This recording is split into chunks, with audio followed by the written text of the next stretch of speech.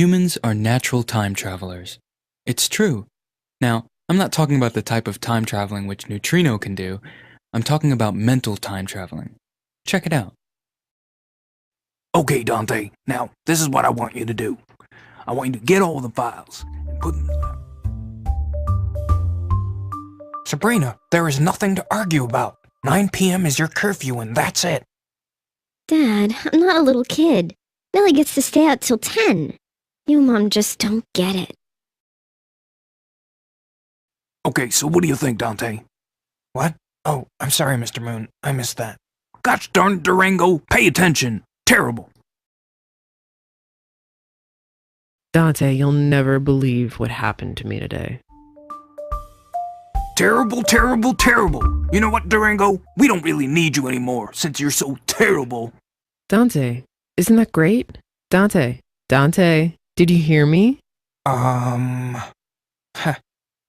See what I mean? It's possible to leap unconsciously into a future which has yet to happen or slip quickly into the past. The problem is, your time in these realms is often spent ruminating about stressful events. What's more is, you miss out on precious time to grab opportunities, to engage fully in life, and to just be. You miss out, my friends, on the present. So what can you do to savor the here and now? Let's look at an ancient Buddhist practice known as mindfulness. Mindfulness is linked to many benefits. Hello? Oh, hi. Neutrino sent me here today. I've been kinda stressed out. She said you might be able to help. Oh, hey Dante, perfect timing. I've been talking about mindfulness. Oh, well, I don't think I could make my mind blank. No, I'm not like a yoga person. That stuff doesn't work for me. No problem then, because the goal of mindfulness is certainly not to create a blank slate. Well, what's it about then? Have a seat, I'll show you. Now, first things first, relax and close your eyes. Trust me. Now, bring your attention to your breath. Breathe in through your nose and out through your mouth. I want you to engage your senses fully. Notice each sight, touch, and sound within your mind's eye. Your thoughts may wander. Aw, shucks, I can't do this. No, you're doing great, Dante. This time, instead of reacting to your thoughts, I want you to pretend you are just an observer watching your thoughts float by without reaction or judgment. An observer? Okay, I'll try it.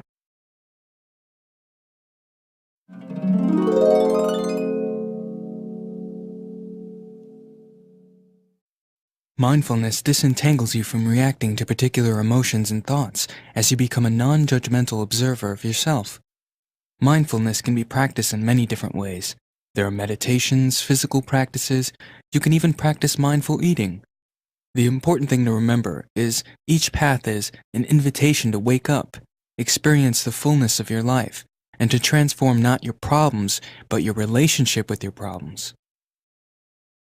Wow, I was able to think about all my problems without losing it. That was, well, different and good. Thank you. Anytime, my friend, anytime.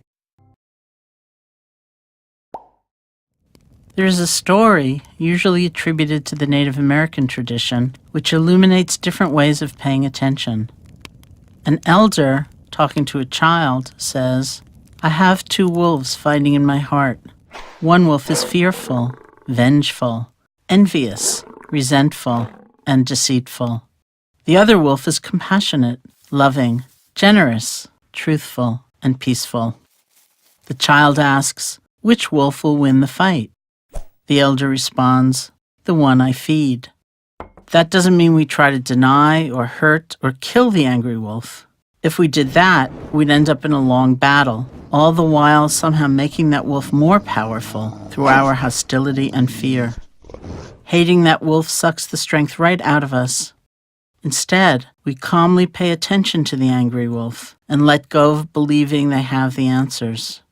If we can do that, they end up lying down next to us, no longer an enemy.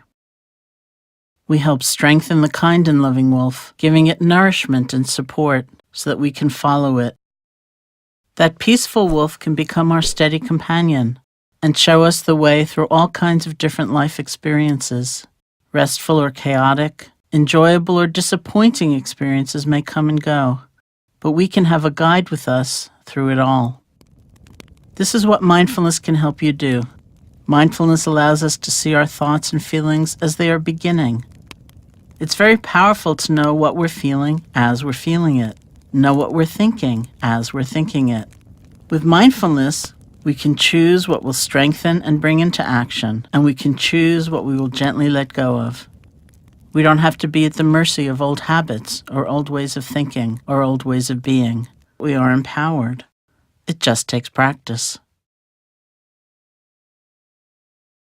You may have heard this word mindfulness. It's become something of a buzz phrase of late. So I'm going to give you one simple, serviceable definition, which is this. Mindfulness is the ability to know what's happening in your head at any given moment without getting carried away by it. Imagine how useful this could be. Just as an example, you're driving down the road and somebody cuts you off in traffic. How do you normally react? I think most of us, we normally react by having a thought, which is, I'm pissed. And then what happens next? You immediately, habitually, reflexively inhabit that thought. You actually become pissed. There's no buffer between the stimulus and your reaction. With just a little bit of mindfulness, in that same situation, you might notice my chest is buzzing, my ears are turning red, I'm having a starburst of self-righteous thoughts, I'm getting angry. But you don't necessarily have to act on it and chase that person down the road, screaming at them with your kids in the back of the car thinking you've gone nuts. Now, you might be thinking, don't I need to get angry sometimes? Aren't I justified? I would say yes, but probably not as much as you think. The proposition here is not that you should be rendered by mindfulness into some lifeless, non-judgmental blob. The proposition is that you should learn how to respond wisely to things that happen to you, rather than just reacting blindly. And that, my friends, is a superpower. How do you get it? The way to get it is through meditation. I believe that meditation and mindfulness are the next big public health revolution. In the 1940s, if you told somebody you were going running, they would have said, who's chasing you? But then what happened next? The scientists swooped in, they showed that physical exercise is really good for you, and now all of us do it, and if we don't, we feel guilty about it. And that's where I think we're headed with mindfulness and meditation. It's going to join the pantheon of no-brainers like brushing your teeth, eating well, and taking the meds your doctor prescribed for you. Let me just close by saying, mindfulness is not going to solve all of your problems. It's not going to render your life a nonstop parade of unicorns and rainbows. Nonetheless, this is a superpower and one that is accessible by you immediately.